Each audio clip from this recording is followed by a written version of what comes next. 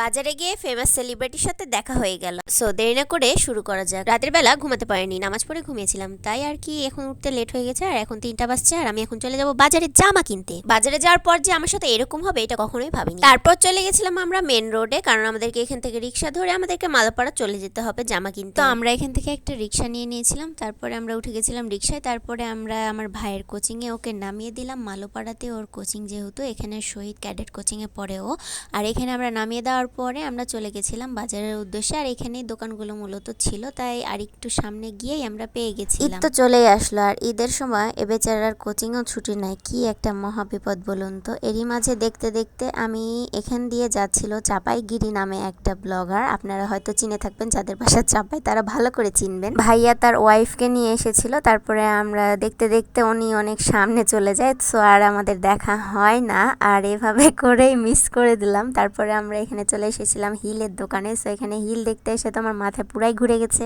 যাই হোক, চাপাচাপি ফাটাফাটি করে নিয়ে আসলাম, নিয়ে এসে আমার ভাইয়ের কোচিংয়ে চলে আসলাম এবং ওয়েট করছিলাম যে কখন ছুটি হবে। যেহেতু ইফতারের সময় হয়ে গেছিল, প্রায় অতটাও সময় হয়নি, মানে ছিল তাও 1.5-2 ঘন্টার। তারপরে আমরা রিক্সা করে চলে এসেছিলাম, আর এখানে হচ্ছে আমার আম্মু চাবি দিয়ে তালা খুলছিল, তো আরেকটা আঙ্কেলও এসেছিল, এই জন্য আমরা এভাবে ঢুকে গেলাম এমনিতেই, আর চাবি দিয়ে খুলতে হলো না। তারপরে উপরে উঠছিলাম, আর মনে পড়ছিল যে রোজা আছি, আল্লাহ কি যে কষ্ট লাগছে এই 3 তালা উঠতে, কি যে কষ্ট। একমাত্র যাদের 3 তালা বা 4 তালা তারাই বুঝতে পারবে। আর আমার ভাই তো বসে বসে থেকেছে কোচিংয়ে, তারপরে ওই এত টায়ার্ড, ওকে দেখে ভাবছি যে আমার কি অবস্থা তাহলে, মানে কি বলবো। আর মানে এই ছোট একটা ছেলে বলে হাঁপায় গেছে, মানে কি বলবো। তারপর অবশেষে আমার আম্মু চাবি খুঁজে পেল। তারপরে আমার এখানে খালামণি আর খালাতো বোন এসেছিল, তো এখানে ওরা শাক বাছছিল, পাটের শাক, দেখতেই পাচ্ছেন। আমার খালাতো বোন অনেক কাজে আমার খালাকে হেল্প করে, তাই এখানেও হেল্প করছিল। আর বলছিলাম যে তোমার ভিডিও করে নিয়েছি, এখন আমি সবাইকে দেখিয়ে দিব। আর ও কান্না করছিল, বলছিল যে কাউকে দেখায়ও না আপু, প্লিজ প্লিজ, আমার প্রেস্টিজে লাগবে।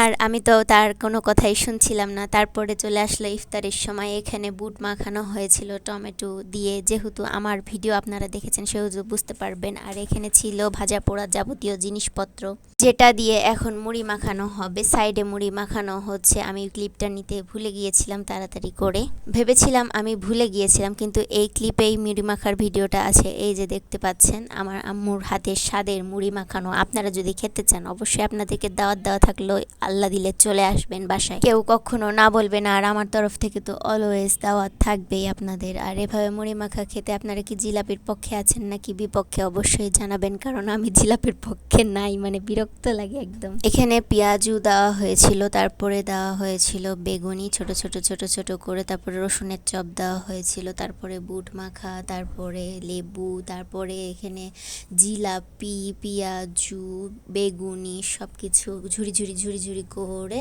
আস্তে আস্তে সব মিক্স করা হচ্ছে, দেখতে পাচ্ছেন। এবার দেওয়া হচ্ছে জিলাপি, যেটা আমার খুবই অপছন্দনীয়, মানে আমার একদমই বিরক্ত লাগে জিলাপি। বাট আম্মুর বকা শোনার পর আজকে একটু খাইছিলাম, বাট ভালোই লাগছিল, মানে কি বলবো আর কি, না পারতে খাওয়া। তারপরে এখানে দেওয়া হচ্ছিল সেই মাখানো লেবু দেওয়া। তারপরে আমরা ইফতার করতে বসে গেছিলাম। আর আমার আজকে এত রোজা লেগে গেছিল যে আমি ভিডিওটা ভালোভাবে কন্টিনিউ করতে পারিনি। সো কিছু মনে করার কোনো প্রয়োজন নাই, আমি নেক্সট আবারও ভিডিও নিয়ে আসবো। আজকের মতো এ পর্যন্ত, আল্লাহ হাফেজ সবাইকে।